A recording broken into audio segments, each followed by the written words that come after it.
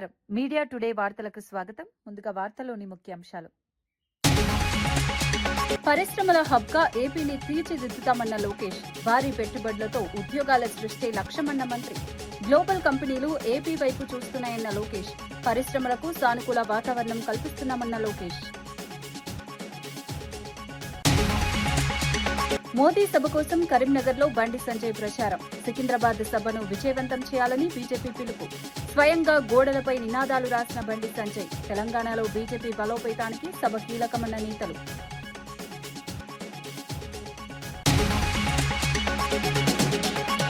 సీతక్క చేతుల మీదుగా విద్యుత్ ఉపకేంద్ర ప్రారంభం. ప్రజా దర్బార్లో గ్రామ సమస్యలు విన్న మంత్రి సీతక్క. 1.46 కోట్లతో నిర్మించిన విద్యుత్ కేంద్రం ప్రారంభం. గ్రామీణాభివృద్ధికి ప్రభుత్వం కట్టుబడి ఉందన్న సీతక్క. సీఎం కాన్వాయ్ వల్ల ప్రజలకు ఇబ్బంది వద్దన్న రేవంత్. ట్రాఫిక్ నియంత్రణపై డీజీపీ సివి ఆనంద్ సమీక్ష. ప్రజలకు ఇబ్బందులు తగ్గించాలని పోలీసులకు ఆదేశాలు. సీఎం ఆదేశాలతో ట్రాఫిక్ నిర్వహణపై ప్రత్యేక దృష్టి.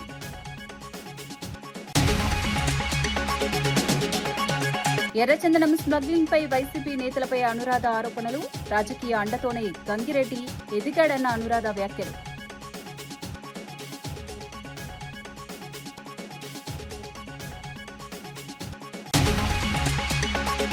రాష్ట్రంలో పరిశ్రమలకు అనుకూల ఎకోసిస్టమ్ రూపకల్పన సీఎం చంద్రబాబు విజన్ అని మంత్రి నారా లోకేష్ తెలిపారు. గ్లోబల్ దిగ్గజం క్యారియర్ పరిశ్రమ ఏపీకి రావడం శుభపరిణామమని తెలిపారు. 2027 నాటికి దేశానికి అవసరమైన 60% ఉత్పత్తిని పూర్తి చేయాలని లక్ష్యంగా పెట్టుకున్నామని చెప్పారు. పరిశ్రమల ద్వారా పెద్ద ఎత్తున ఉద్యోగాలు సృష్టించాలన్నదే ప్రభుత్వ ఉద్దేశమని తెలిపారు. పెట్టుబడులను ఆకర్షించేందుకు ప్రత్యేక విధానాలు అమలు చేస్తున్నామని తెలిపారు. రాష్ట్రాన్ని పరిశ్రమల హబ్గా తీర్చిదిద్దాలని లక్ష్యంగా పెట్టుకున్నామని అన్నారు. యువతకు ఉపాధి అవకాశాలు పెరిగేలా చర్యలు తీసుకుంటున్నామని తెలిపారు. ప్రపంచ స్థాయి కంపెనీలు ఏపీ వైపు చూస్తున్నాయని పేర్కొన్నారు. పరిశ్రమల విస్తరణతో ఆర్థికాభివృద్ది వేగవంతమవుతుందని చెప్పారు. పెట్టుబడులకు అనుకూల వాతావరణం కల్పిస్తున్నామని తెలిపారు. రాష్ట్ర అభివృద్ధికి ఇది కీలక అడుగు అని అన్నారు. And by 2027 we expect to manufacture 60% of India's air conditioning requirement here in Sri City, and by 2028 thanks to Carrier we should now achieve 80% of India's air conditioning coming out of Sri City. We are a $200 billion economy, aspiring to be a $2.4 trillion economy by 2047. And is this something that my Chief Minister has shown to the world? If he dreams it, he will deliver it. Warangal గడ్డ పోరాటాలకు ప్రతీక అని BRS working president KTR పేర్కొన్నారు. ఇది కాకతీయుల పౌరుషాల గడ్డ, కాళోజీ ఆత్మగౌరవ అడ్డా అని అన్నారు. ప్రొఫెసర్ జయశంకర్ పుట్టిన నేల ఈ ఓరుగల్లు అని గుర్తు చేశారు. ఉద్యమ సమయంలో వరంగల్ ఎలా కదం తొక్కిందో అందరికీ తెలుసునని వ్యాఖ్యానించారు. ఇక్కడ ఏ పని మొదలుపెట్టినా విజయవంతమవుతుందన్న నమ్మకం కేసీఆర్ కు ఉందని చెప్పారు. మహాగర్జన రజతోత్సవ సభలు చరిత్ర సృష్టించాయని గుర్తు చేశారు. ద్రోహులకు గుండె జల్లుమణిలా పోరాటం చేసే నేల ఇది అని వ్యాఖ్యానించారు. తెలంగాణ ఉద్యమంలో వరంగల్ పాత్ర కీలకమని తెలిపారు. కార్యకర్తల్లో ఉత్సాహాన్ని నింపేలా కేటీఆర్ ప్రసంగం సాగింది. నయవంచనకు మోసానికి 4 ఏళ్లు నిండింది. ఇది కాకతీయ పౌరుషాల గడ్డ, ఇది కాళోజీ ఆత్మ గౌరవ గడ్డ, జయశంకర్ సారు పుట్టిన గడ్డ ఈ ఓరుగల్లు. పోరాటాల విల్లు ఎక్కుపెడితే ఓరుగల్లు ద్రోహులకు గుండె జల్లుమంటది. అది మనం తెలంగాణ ఉద్యమంలోనే చూసిన విషయం కూడా నేను మీకు గుర్తు చేస్తా ఉన్నా. నర్సంపేట నుంచి ఇప్పుడే గౌరవనీయులు గౌరవ పెద్దలు రైతు మా గోపాలన్న మాట్లాడిండు. మా పెద్ద సుదర్శన్ రెడ్డి గారు మా సోదరుడు, వారిని ఆహ్వానిస్తే ఇక్కడికి వచ్చినారు. గోపాలన్న మాట్లాడితే మీ కేరింతలు, మీ చప్పట్లు వింటే నేను మధుసూదనాచారి గారు అనుకుంటా ఉన్నాం. ఇక మనం ఎవ్వరు మాట్లాడే అవసరం లేదు. రైతుల గుండెల్లో ఉన్న మాట గోపాలన్న చెప్పిండు అని చెప్పి మేం మాట్లాడుకుంటా ఉన్న పరిస్థితి మీ అందరికీ యాదికుండాలి. తెలంగాణ ఉద్యమ సమయంలో కూడా వరంగల్ ఎట్లా కదం దొక్కిందో మీ అందరికీ గుర్తున్నది. ఆ రోజుల్లో ఉద్యమ సమయంలో మా వినయ్ భాస్కర్ గారు పిలిస్తే నేను కూడా ఇదే హనుమకొండలో కాగడా పట్టుకొని మీతో పాటు కవాతు చేసిన. ఈ వరంగల్ వీధుల్లో తిరిగినాం. వరంగల్ జైల్లో ఆ ఉద్యమంలో భాగంగా ఇక్కడనే 2 రోజులు ఇక్కడే ఉన్నాం. ఏ పని ఇక్కడ మొదలుపెట్టినా విజయవంతమవుతుందనేది కేసీఆర్ గారి యొక్క నమ్మకం, కేసీఆర్ గారి యొక్క విశ్వాసం. అందుకే మహాగర్జన పెట్టినా, రజతోత్సవ సభ మొన్న ఎల్కతుర్తిలో వరంగల్ అంటుకొని పెట్టినా వరంగల్ ఎంచుకోవడానికి కారణమే మరి మీ మీద ఉన్న విశ్వాసం. హైదరాబాద్ చింతల అంబేద్కర్ నగర్ లో దారుణ హత్య ఘటన కలకలం రేపింది. శివారెడ్డి అనే వ్యక్తిని అతని సహజీవన భాగస్వామి అరుణ, ఆమె కుమారుడు సాయి రత్నం కలిసి హత్య చేసినట్లు పోలీసులు వెల్లడించారు. మద్యానికి బానిసై వేధింపులకు గురి చేస్తుండటంతో హత్యకు కుట్ర పన్నినట్లు తెలిపారు. ఎలా చంపాలి అని గూగుల్లో వెతికి పద్దతులు తెలుసుకున్నారని పోలీసులు పేర్కొన్నారు. చికెన్ షాప్ నుంచి కత్తి తెచ్చి నిద్రలో ఉండగా గొంతు కోసి చంపినట్లు వెల్లడించారు. అనంతరం మృతదేహాన్ని కవర్లో చుట్టి ఆటోలో తరలిస్తుండగా పోలీసులకు చిక్కారు. డీసీపీ కోటిరెడ్డి నిందితులను అరెస్ట్ చేసి రిమాండ్కు తరలించినట్లు తెలిపారు. ఈ ఘటన స్థానికంగా భయాందోళనలు కలిగించింది. గూగుల్ను ఉపయోగించి నేరానికి పాల్పడటం చర్చనీయాంశమైంది. కుటుంబ విభేదాలు ఈ దారుణానికి కారణమయ్యాయని పోలీసులు చెబుతున్నారు. కేసు నమోదు చేసి దర్యాప్తు కొనసాగుతోంది. నిందితులపై కఠిన చర్యలు తీసుకుంటామని పోలీసులు స్పష్టం చేశారు. వీళ్ళిద్దరు ఈ మర్డర్ కేసులో ఇన్వాల్వ్ అయినారు. దీంట్లో ఏంటంటే మృతుడు ఎవరైతే ఉన్నాడో శివారెడ్డి ఇక్కడే పనిచేసుకుంటూ గత 10 సంవత్సరాల నుంచి కూడా వీళ్ళు ఒకరికొకరు పరిచయం ఉండటము, దాంతో అతను కూడా వీళ్ళింట్లోనే ఉండటం సాధ్యమైనంత వరకు అతనికి పెళ్లి కాకపోవడం వల్ల వీళ్ళతో ఉండి ఒక రిలేషన్ పెట్టుకొని ఉంటున్నారు ఇక్కడ. అయితే అతను ఉండేవాడు మంచిగా ఉండకుండా తాగిన మత్తులో కొంచెం వాళ్ళని బాగా అబ్యూజ్ చేయటము, కొట్టడము, ఫిజికల్గా మెంటల్గా అరెస్ట్ చేసినటువంటి నేపథ్యంలో ఇద్దరు కలిసి ఇతను ఎలా ఎలిమినేట్ చేయాలనే ఉద్దేశాన్ని ఒక పథకం ప్రకారం చేయడం జరిగింది. దానికి సంబంధించి ఆయన ఏ విధంగా ఇతన్ని చంపొచ్చు అనేది అతను యూట్యూబ్లలో చూసుకోవటము, గూగుల్లో సెర్చ్ చేయడము, అదేవిధంగా కత్తిని కూడా అప్పటికప్పుడు కొనుక్కొచ్చుకోవటము, ఇవన్నీ చేసి వీళ్ళ ఆ బ్లడ్ స్టెయిన్స్ బట్టలు అయితేనే వాటిని కూడా కనపడకుండా ఆల్రెడీ పడేసిరా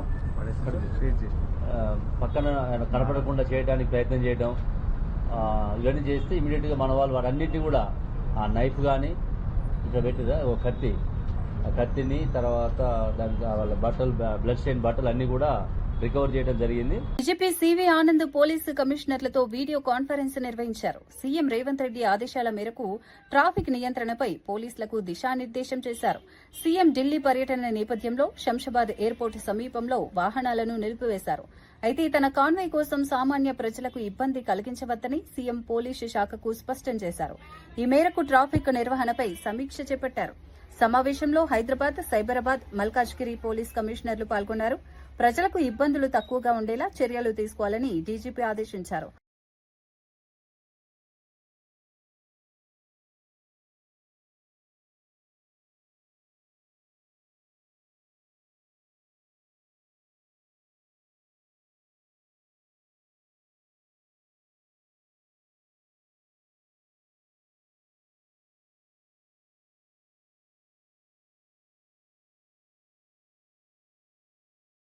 అంతర్జాతీయ ఎర్రచందనం స్మగ్లర్ గా కొల్లం గంగిరెడ్డి ఎదగడానికి వైసీపీ నేతల అండదండలే కారణమని పంచుమర్తి అనురాధ ఆరోపించారు. రాజకీయ పరిరక్షణ లేకుండా ఇంత పెద్ద స్థాయికి ఎదగడం సాధ్యం కాదని అన్నారు.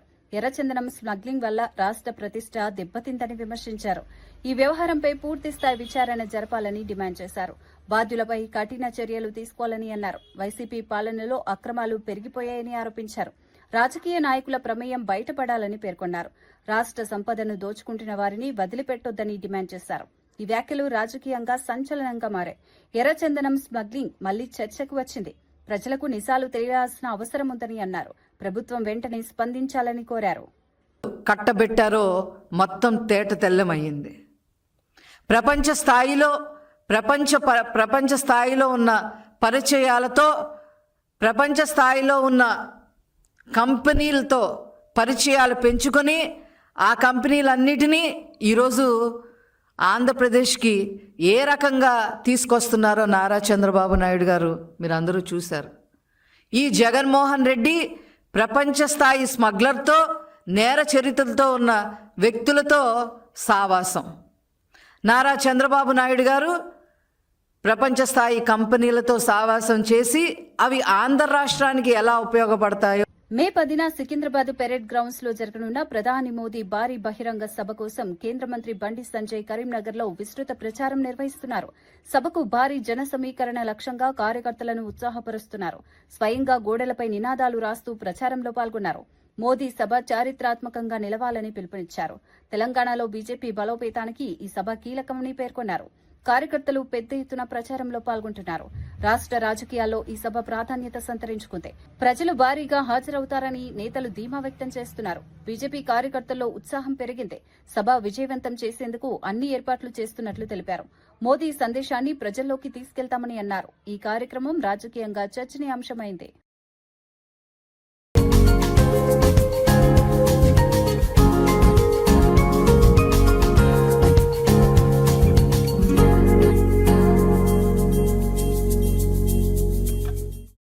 మోడీ గారు మూడోసారి ప్రధానమంత్రి అయిన తర్వాత, ఆపరేషన్ సింధూర్ తర్వాత, 5 రాష్ట్ర ఎన్నికల ఫలితాలు 3 రాష్ట్రాల్లో మనం గెలిచిన తర్వాత వారి మొట్టమొదటి బహిరంగ సభ ఇవాళ భాగ్యనగర్, తెలంగాణ. కాబట్టి ఈ సందర్భంగా వారికి ఘనమైన స్వాగతం పలికాలి. సార్, నెక్స్ట్ తెలంగాణలో కూడా మేము సిద్ధంగా ఉన్నాం. మీ అండాదండతో, మీ ఆశీర్వాదంతో మీ రాజ్యం, రామరాజ్యాన్ని తెలంగాణ రాష్ట్రంలో తీసుకురావడానికి మేము సిద్ధంగా ఉన్నటువంటి ఒక సంకేతం ఇవ్వడానికి ఇవాళ అందరం కష్టపడి పనిచేసి ఈ బహిరంగ సభను విజయవంతం చేసే ప్రయత్నం చేయాలి. నిన్న ఫలితాల తర్వాత తెలంగాణ రాష్ట్రంలో ప్రతి కార్యకర్త రెడీ ఉన్నాడు. ఎప్పుడు 10వ తారీఖు వస్తుందా, ఎప్పుడు నేను పరేడ్ గ్రౌండ్స్ పోయి భారత్ మాతకి జై శ్రీరామ్ నినాదాలతో గర్జించాలి, గాండ్రించాలి, మోడీ గారికి స్వాగతం పలకాలి, మోడీ గారికి అభినందన తెలిపాలని చెప్పి ప్రతి కార్యకర్త కూడా ఇలా జోస్తో ఎదురుస్తూ ఉన్నారు. అందరూ స్వచ్ఛందంగా తరలివడానికి సిద్ధంగా ఉన్నారు. కరీంనగర్ జిల్లా నుంచి కూడా మనందరం ఎక్కువ సంఖ్యలో స్వచ్ఛందంగా అందరం కూడా ఈ బహిరంగ సభను విజయవంతం చేసే ప్రయత్నం చేయాలి. తెలంగాణలో కాంగ్రెస్ ప్రభుత్వ రోజులు దగ్గర పడుతున్నాయని బీజేపీ నేత రఘునందన్ రావు అన్నారు.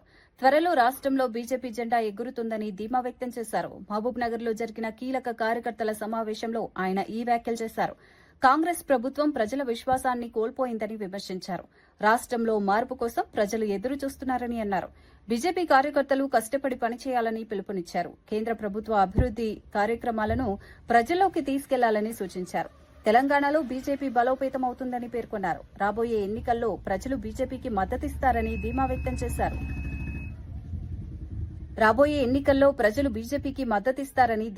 చేశారు. పార్టీ శక్తిని గ్రామ స్థాయికి విస్తరించాలని పిలుపునిచ్చారు. ఈ వ్యాఖ్యలు రాజకీయంగా ఆసక్తి రేకెత్తిస్తున్నాయి. తెలంగాణ రాజకీయాల్లో బీజేపీ వేగంగా ఎదుగుతోందని నేతలు చెబుతున్నారు. 10వ తారీఖున జరిగేటువంటి సభకి ప్రతి కార్యకర్త తన వంతు కృషిగా సభను సక్సెస్ చేయాలని, నేటి నుంచి ఎన్నికలు పూర్తయ్యేంత వరదాకా ఒకటే జెండా కనబడాలి. మనకి కాషాయ కండువా వేసుకున్నటువంటి వ్యక్తే కాకతీయుల రాష్ట్రాన్ని కూడా, కాకతీయుల రాజ్యాన్ని కూడా పాలిస్తారు. ఇది సూర్యుడు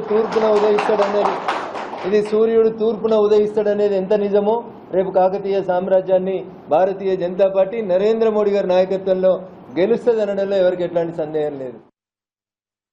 99 రోజుల ప్రజాపాలన ప్రగతి ప్రణాళికలో భాగంగా ఏటూరు నాగారం మండలం చిన్నబోయినపల్లి గ్రామంలో ప్రజా దర్బారు కార్యక్రమం నిర్వహించారు. ఈ సందర్భంగా మంత్రి దనసరి అనసూయ సీతక్క కొత్తగా నిర్మించిన 11 kV విద్యుత్ ఉపకేంద్రాన్ని ప్రారంభించారు. 1.46 కోట్ల వ్యయంతో నిర్మించిన ఈ కేంద్రం గ్రామ ప్రజలకు మెరుగైన విద్యుత్ సరఫరా అందించనుంది. కార్యక్రమంలో జిల్లా కలెక్టర్, ఐటీడీఏ అధికారులు పాల్గొన్నారు. గ్రామీణాభివృద్ది, మహిళా, శిశు సంక్షేమ కార్యక్రమాలపై కూడా చర్చించారు. ప్రజల సమస్యలను నేరుగా తెలుసుకునేందుకు ప్రజా దర్బారు నిర్వహిస్తున్నట్లు మంత్రి తెలిపారు.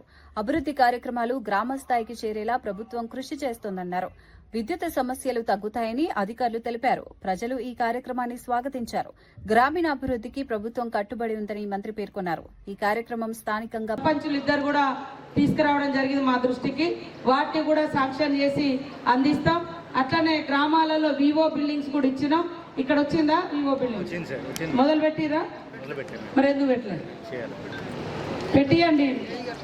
పిఓగా వచ్చినటువంటి లెనిన్ గారికి, additional collector Mahender ji, revenue గారికి, ఆర్డీఓ వెంకటేశ్వర్లు గారికి, గ్రంథాలయ చైర్మన్ గారికి, అదేవిధంగా కళ్యాణి మార్కెట్ కమిటీ చైర్పర్సన్ గారికి, మాజీ జెడ్పీటీసీ వెంకటరమణ, వాజేడు వెంకటాపురం జెడ్పీటీసీ గారికి, అదేవిధంగా మన ఆర్టీఏ మెంబరు ఆర్టీసీ శ్రీనివాస్ గారికి, స్థానిక సర్పంచ్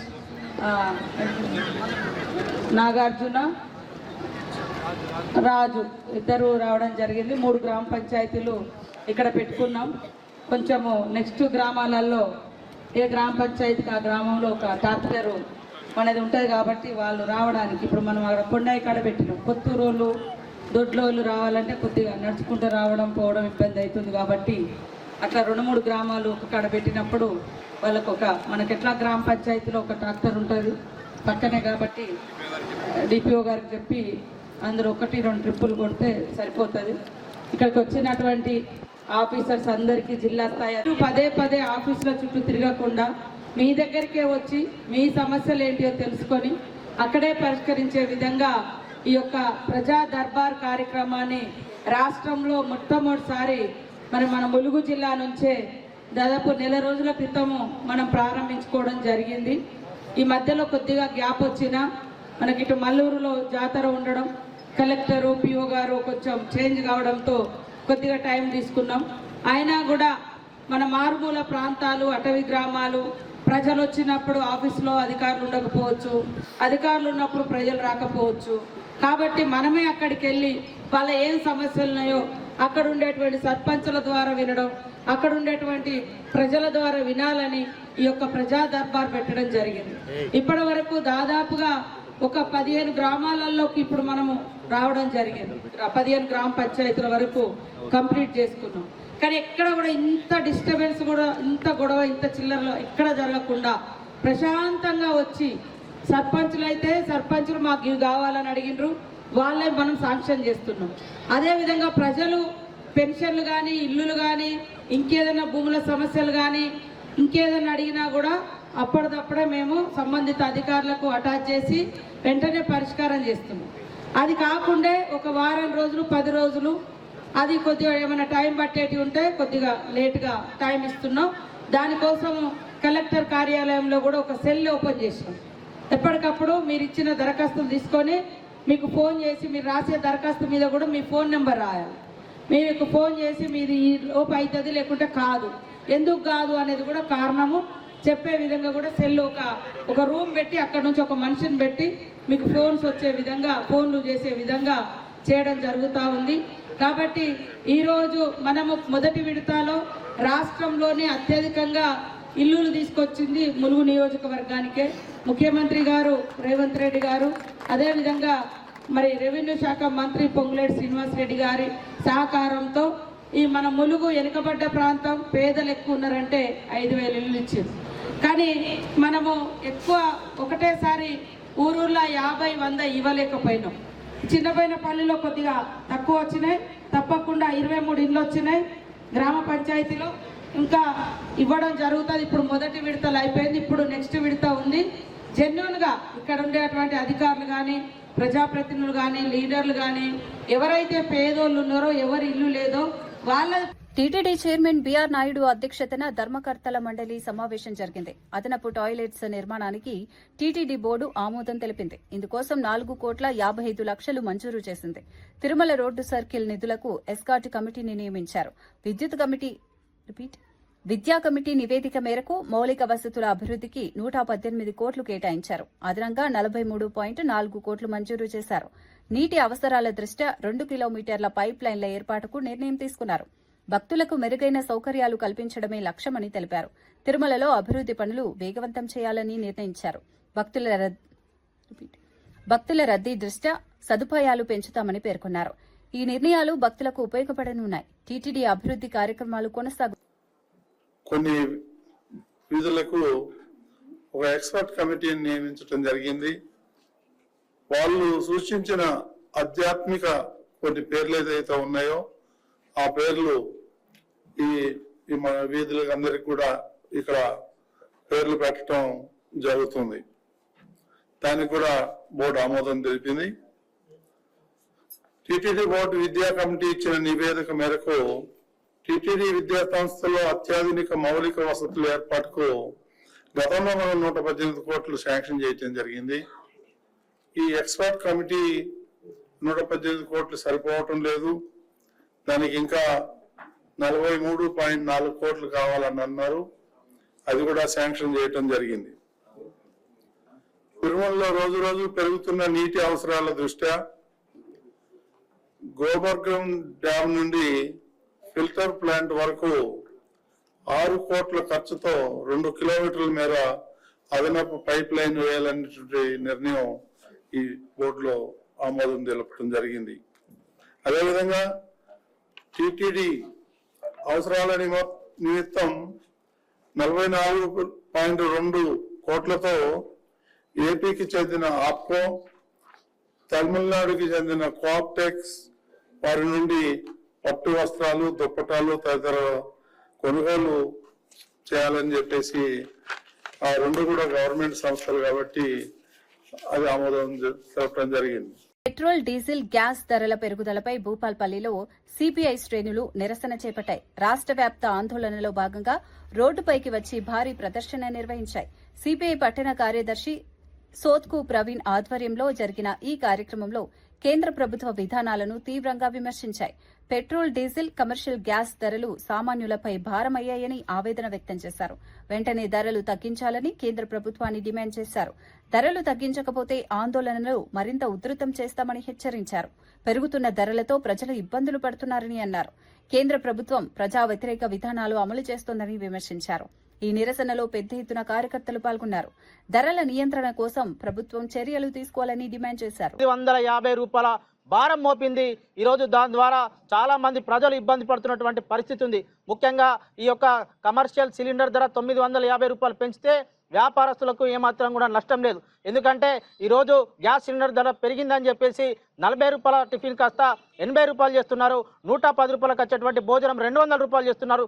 దీని ద్వారా పేద మధ్యతరగతి ప్రజలకే ఇబ్బందులు ఎదుర్కొన్నాయి తప్ప మరి ఎవరు కొరిగినటువంటి పరిస్థితి లేదు. మరి ఎందుకు ఇట్లా చేస్తుంది బీజేపీ ప్రభుత్వం? ఈరోజు ఎల్పీజీ సేవలు అందుబాటులో ఉన్నాయి, మేము గ్యాస్ ధరలు పెంచాం, పెట్రోల్, డీజిల్ ధరలు పెంచామని చెప్పేసి మరి తీరా ఎన్నికలు అయిపోయిన తర్వాత ఇది అడ్డగోలుగా పెంచితే పేద ప్రజలు ఏ విధంగా బతుకుతారని ఈ సందర్భంగా తెలియజేస్తున్నాం. మరి ఈరోజు మరి ఆర్థికంగా అంతంత మాత్రాన ఉన్నటువంటి పేద ప్రజలు కానీ మధ్యతరగతుల పరిస్థితి ఏ విధంగా ఉంటుంది? ఈరోజు చేసుకోవడానికి పనులు లేక, నిరుద్యోగం లేక, ఉద్యోగ అవకాశాలు లేక అనేక అవస్థలు పడుతున్నారు. పండించినటువంటి పంటకు కూడా గిట్టుబాటు ధర కల్పించకుండా కేంద్ర ప్రభుత్వం పేద ప్రజలను నడ్డివిరిచేటువంటి పరిస్థితి ఉంది తప్ప ఇప్పటికైనా ప్రభుత్వం పెంచినటువంటి కమర్షియల్ సిలిండర్ ధర కానీ, పెట్రోల్ ధరలు కానీ, డీజిల్ ధరలు కానీ తగ్గించి పేద ప్రజలకు భారం కాకుండా చూసుకోవాల్సిన బాధ్యత కేంద్ర ప్రభుత్వం ఉందని ఈ సందర్భంగా కేంద్ర ప్రభుత్వానికి సిపిఐ పార్టీ తరఫున హెచ్చరిస్తూ మరి పెంచిన ధరలు తగ్గించాలి, ఈరోజు ఉద్యోగ అవకాశాలు ఇవ్వాలి, పండించినటువంటి పంటకు గిట్టుబాటు ధర కల్పించాలి, మీరు ఏదైతే ఎన్నికల ముందు ఇచ్చినటువంటి హామీలన్నీ కూడా నిలుపుకోవాలని ఈ సందర్భంగా సిపిఐ పార్టీగా మేము డిమాండ్ చేస్తున్నాం.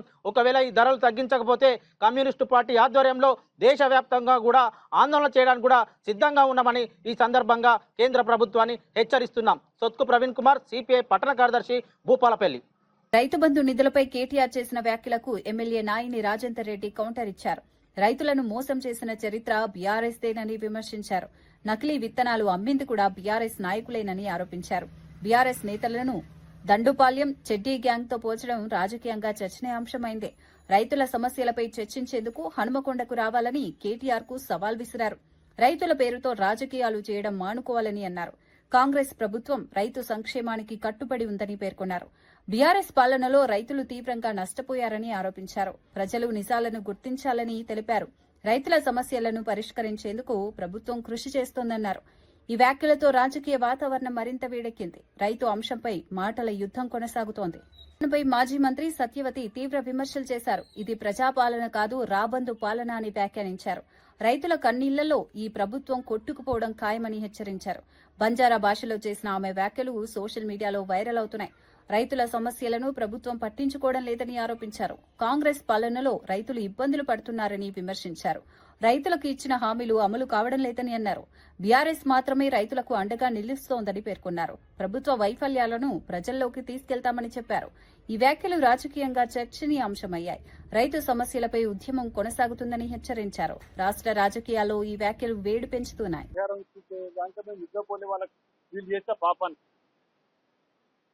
నరసింహమూర్తి టిఆర్ఎస్ నాయకుడు వెంకటాపురం వేల మంది రైతులకు నకిలీ విత్తనాలు అమ్మిన ముఠా ఇది. హన్మకొండ చౌరస్తాకి రా, ఇక్కడనే ఉన్నావు కదా, ఇది ఇంతకంటే ఎక్కువ ఇంపార్టెంట్ ఏం లేదు కదా, ఒక గంట కూర్చున్నావు రా, మీరు అందరు రంగాలు కూర్చున్నాం ఆ ముఠా, నేను చెప్పిన చెడ్డి గ్యాంగ్ అని, నేను చెప్పిన దండపడ ముఠా అని, అది మాకే చెప్తాను. ఆ చౌరస్తాకు రా, లేదంటే వాడిని ఇంటి ముందే పెట్టుకో, నీకు భయం, నువ్వు చౌరస్తాకు రావు. ఎందుకంటే వరంగల్ చేసిన అన్యాయం అంతా ఇంత కాదు, నువ్వు చేసింది. నీకు నిజంగానే ఒక ఛాలెంజ్ చేస్తాను నీకు. నీ అయ్య చెప్పినట్టు దళితుని ముఖ్యమంత్రి చేస్తా అన్నావు కదా, అది మళ్ళీ చెప్పు, నువ్వు నీ చేతనైతే. పొద్దుగా లేస్తే బ్రోకర్ మాటలు తప్ప నీకు వేరే పని ఉన్నదా? అసలు ఏమన్నా ప్రజలు ఏమైనా అనుకుంటారు, ఏమైనా ఇది ఉన్నది అని చెప్పిన ఆలోచన ఎంతమంది ఉన్నదా? నోటికి ఏదొస్తుంది, ఎవడో ఫిఫ్త్ రాసితో తలమాస్తాడు, వాడు వర్తం చదువుతాడు. ధర్ని పేరు పెట్టుకొని ఎన్ని దండాల నాయన మీకు చేస్తుంది. ప్రభుత్వ whip NM Srinivas Reddy CLP కార్యాలయంలో ప్రెస్ మీట్ నిర్వహించారు. రాష్ట్ర రాజకీయాలు, ప్రభుత్వ కార్యక్రమాలపై కీలక వ్యాఖ్యలు చేశారు. ప్రజా సమస్యల పరిష్కారానికి ప్రభుత్వం కట్టుబడి ఉందని తెలిపారు. ప్రతిపక్షాల విమర్శలకు సమాధానాలు ఇచ్చారు. సంక్షేమ కార్యక్రమాలను ప్రజల్లోకి తీసుకెళ్తామని పేర్కొన్నారు. కాంగ్రెస్ ప్రభుత్వం అభివృద్ది దిశగా ముందుకు సాగుతోందని అన్నారు. కార్యకర్తలు ప్రజల మధ్య ఉండాలని సూచించారు. ప్రతిపక్షాలు చేస్తున్న ఆరోపణలు అవాస్తవమని విమర్శించారు.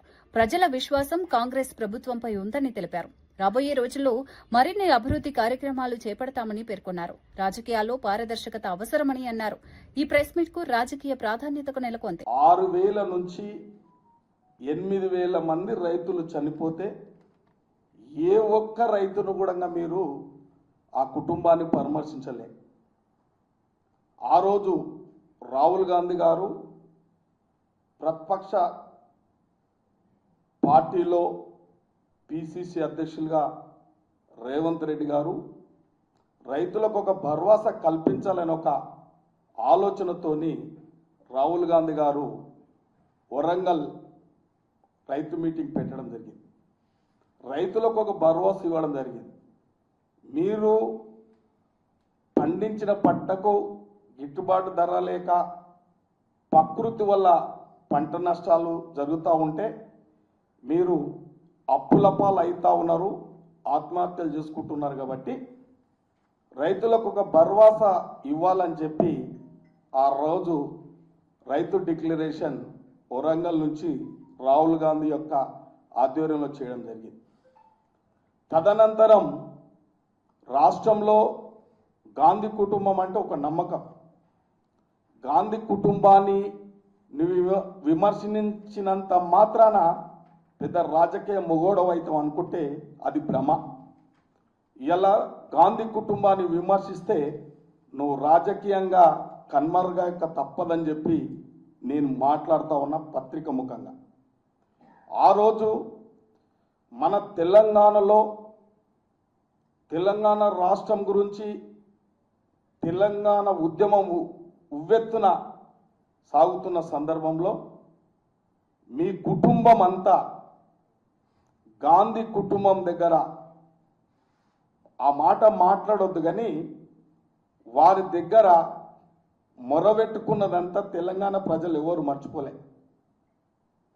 వచ్చిన తెలంగాణను ఒక కుటుంబ పాలనగా, ఒక నియంత్రిత పాలనగా, దౌర్జన్యంగా, దుర్మార్గంగా ఏ ఒక్క వర్గాన్ని కూడా మీరు పట్టించుకున్న దాఖలాలు లేవు. రైతు సంక్షేమం అంటే గత ప్రభుత్వం గతంలో రాజశేఖర రెడ్డి గారు రైతుల గురించి, రైతు సంక్షేమం గురించి ఆ రోజు రైతులకు ఉచిత కరెంట్ ఇవ్వడం జరిగింది. కేటీఆర్ నిర్వహిస్తున్న రైతు సంగ్రామ సదస్సుతో కాంగ్రెస్ మంత్రులు భయపడుతున్నారని బీఆర్ఎస్ నేత పల్లా రాజేశ్వరరెడ్డి విమర్శించారు. తమ సభకు భారీ స్పందన వస్తుందని తెలుసుకుని అదే సమయంలో కాంగ్రెస్ రైతు సమ్మేళనం ఏర్పాటు చేసిందని ఆరోపించారు. కాంగ్రెస్ సభకు వచ్చిన వారు పార్టీ కార్యకర్తలేనని, బీఆర్ఎస్ సభకు వచ్చిన వారు నిజమైన రైతులని వ్యాఖ్యానించారు. రైతుల కోసం పోరాడేది బీఆర్ఎస్ మాత్రమేనని అన్నారు. కాంగ్రెస్ ప్రభుత్వం రైతు సమస్యలను పట్టించుకోవడం లేదని మండిపడ్డారు. రైతుల కన్నీళ్లతో ప్రభుత్వం నిలవదని హెచ్చరించారు. వరంగల్ ఉద్యమాలకు కేంద్ర బిందువని గుర్తు చేశారు. రైతు సమస్యలపై కేటీఆర్ గలం వినిపిస్తున్నారని పేర్కొన్నారు. రైతాంగానికి అండగా బీఆర్ఎస్ నిలుస్తుందని తెలిపారు. ఈ వ్యాఖ్యలు రాజకీయంగా చర్చనీయాంశమయ్యాయి. ఈ రాష్ట్రంలో, ఈ దేశానికి అన్నం పెట్టిన రైతును కూడా మోసం చేస్తున్న వైనం అడుగడుగున మనకు కనిపిస్తా ఉంది. ఇవాళ రాష్ట్రంలో పండిన పంట పావల వంతు కూడా కొనే పరిస్థితి లేదు. కొన్న రైతం మరి ధాన్యాన్ని ఎక్కడి నుంచి తరలించేటట్టు లేరు. ఏ కళ్ళం దగ్గరికి పోయినా రైతులు కన్నీళ్లు కారుస్తా ఉన్నారు. ఇందాక ఒక రైతు అన్నట్టు ఈ రైతు కన్నీళ్ల ద్వారా ఈ కాంగ్రెస్ ప్రభుత్వం రేవంత్ రెడ్డి కొట్టుకుపోవడం ఖాయం అనే విషయాన్ని ఈ సందర్భంగా తెలియజేస్తావు. రైతు మళ్ళీ నిలదొక్కోవాలి. ఈ వ్యవసాయం పండగ కావాలి, రైతు 3 పూటలు సంతోషంగా తినగలగాలి అని అంటే మళ్ళీ కేసీఆర్ వచ్చే విధంగా కేసీఆర్ రావాలనే ఆలోచనతో కేసీఆర్ గారికి మద్దతునిస్తూ మేము పిలవంగానే ఇక్కడికి పెద్ద ఎత్తున వచ్చిన రైతాంగం మరి ప్రతి ఒక్కరికి నమస్కారాలు తెలియజేస్తూ ఆ రోజు కేసీఆర్ చాలా చక్కగా చెప్పిండు, ఓట్లేసే ముందు ఒక్కసారి ఆలోచించండి, హరి భరి వద్దన్నాడు. आज अपन ग्वार भाई ने सेने राम राम आज खड़े हुआ जान कौन देख तो याड़ी बापू राइट से आंकी आंधी पानी काढ़ो छे भाई मैं मक्का ले जान साल ले जान मीना वेगो मार बेटी वाया गाली दो ई वकरी कोनी मत्ती जाए सारू चेनी वाया करे सारू चेनी गैन उन्नाड केसीआर न मांगा जो रईतु बंधु दिनो पानी दिनो कोरोना टाइम है अपन खड़े नहीं जान साल लीधो मक्का लीधो जो को विषय भूल जानी काय को करज के आशा पड़े మోసపోగే फिर अपन సుఖంగా సంతోషంగా రణగతో కేసీఆర్ అవును ఈ రాబందు పాలన పోవాలి, రైతు బంధు రాజ్యం రావాలి అని మరి ఒక నినాదంతో ముందుకు పోతున్న మీ అందరికీ శిరస్సు వంచి నమస్కారాలు తెలియజేస్తూ ధన్యవాదాలు. జై తెలంగాణ. ఈనాటి వార్తా విశేషాలు మరో బులెటిన్ లో మళ్ళీ కలుద్దాం. నమస్కారం.